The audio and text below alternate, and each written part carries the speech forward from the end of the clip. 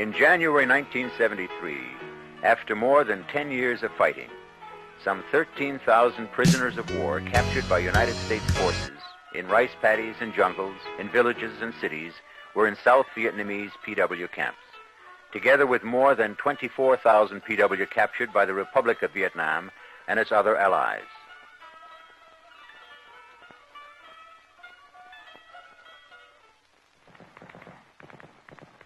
Question: were PW treated in accordance with international law?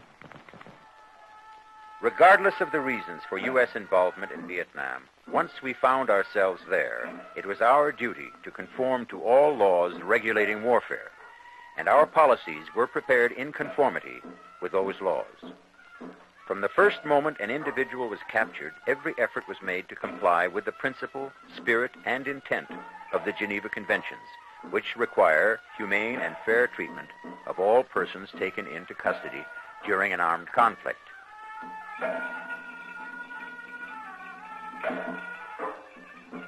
The North Vietnamese and the Viet Cong maintained that they were under no obligation to respect the Geneva Conventions. United States and South Vietnamese forces, on the other hand, sought to comply with international law.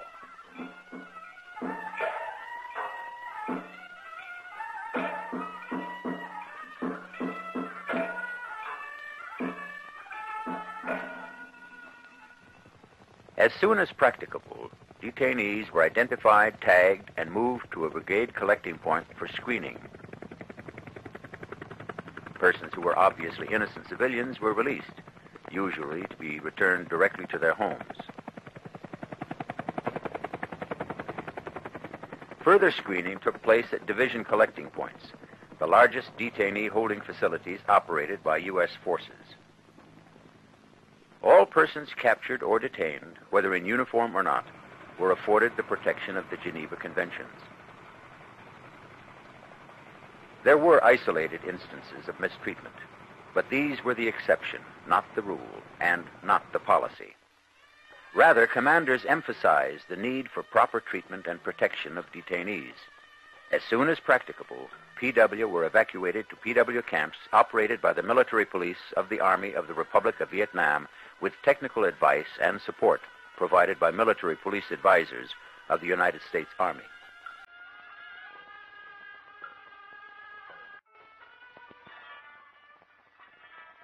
To monitor compliance with the Geneva Conventions, delegates of the International Committee of the Red Cross were stationed in the Republic of Vietnam.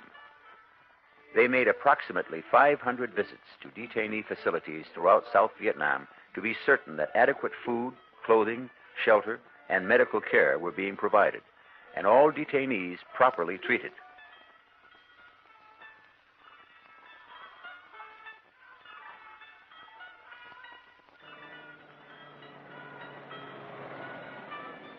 Most of the enemy PW were held at the central PW camp on the island of Phu Quoc.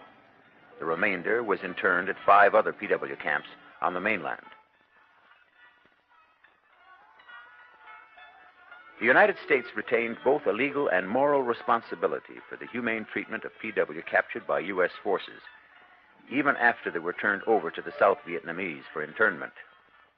Such international transfers of PW are envisaged in Article 12 of the Geneva Convention relative to the treatment of prisoners of war. U.S. military police advisors at all PW camps provided technical assistance to ARVN commanders and continued assurance that the requirements of the Geneva Conventions were being met.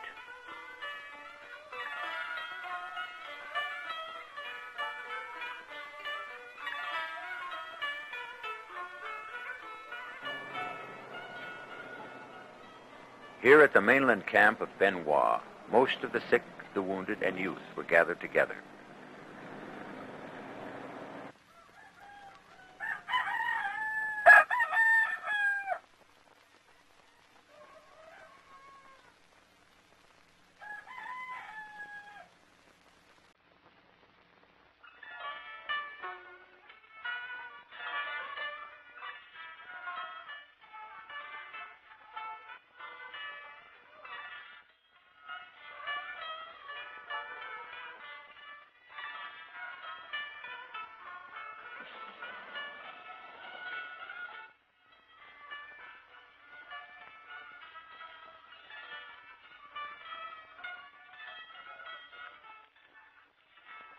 The PW population was composed of regular soldiers of the North Vietnamese Army, South Vietnamese who were members of the Viet Cong, and regroupees, Vietnamese who had moved to North Vietnam after the 1954 Geneva Agreement and later infiltrated back into South Vietnam.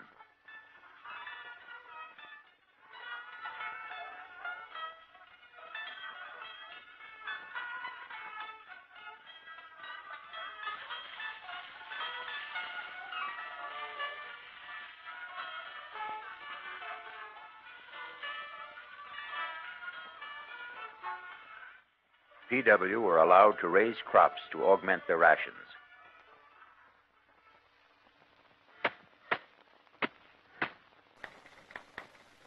Vocational and educational programs were made available to the PW.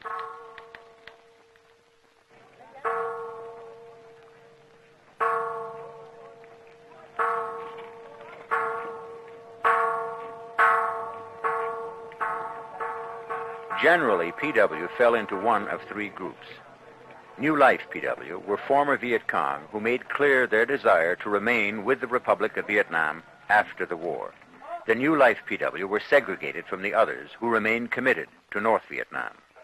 The majority of the Communist PW did not pose substantial problems. There were some PW, however, who required segregation in order to maintain discipline and security, and these were referred to as hardcore.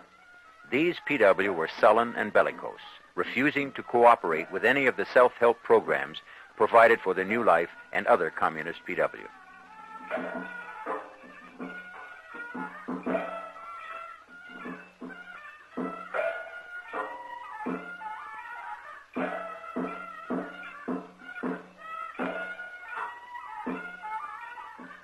Most of the PW spent much of their time working to improve their own lot.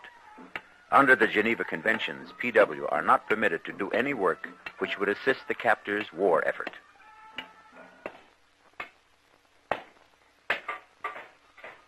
Vocational training facilities were used for the manufacture of artificial legs.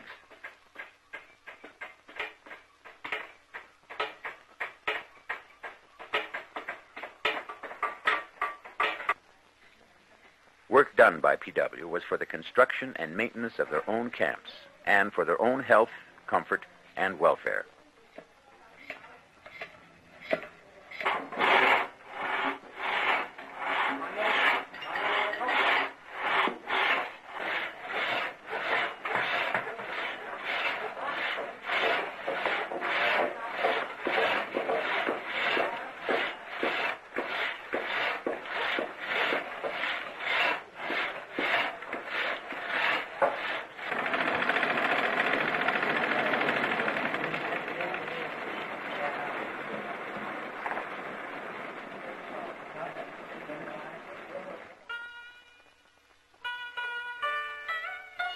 Each PW received all necessary medical attention.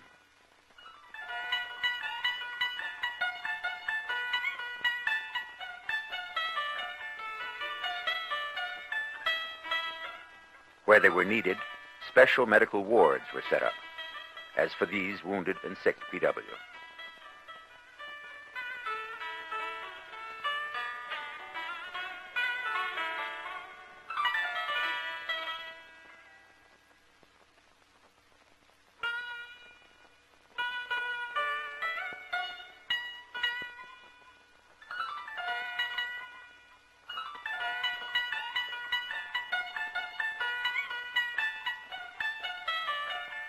They were also allowed to receive treatment in accordance with classical folk medicine, as in acupuncture, when requested by the PW.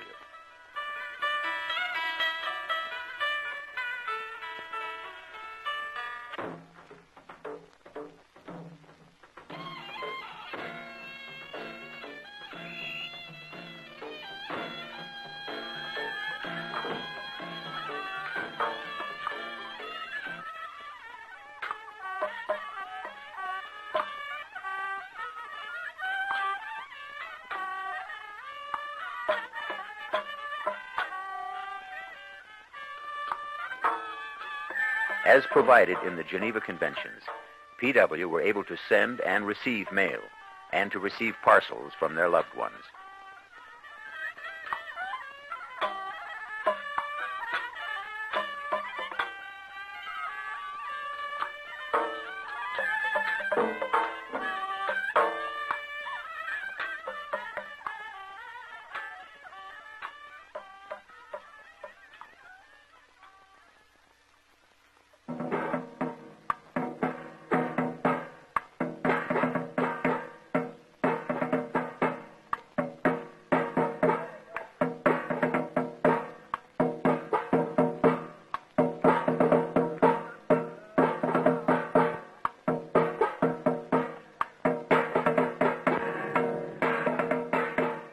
Traditional Vietnamese holidays were celebrated. There were Buddhist and Christian religious services.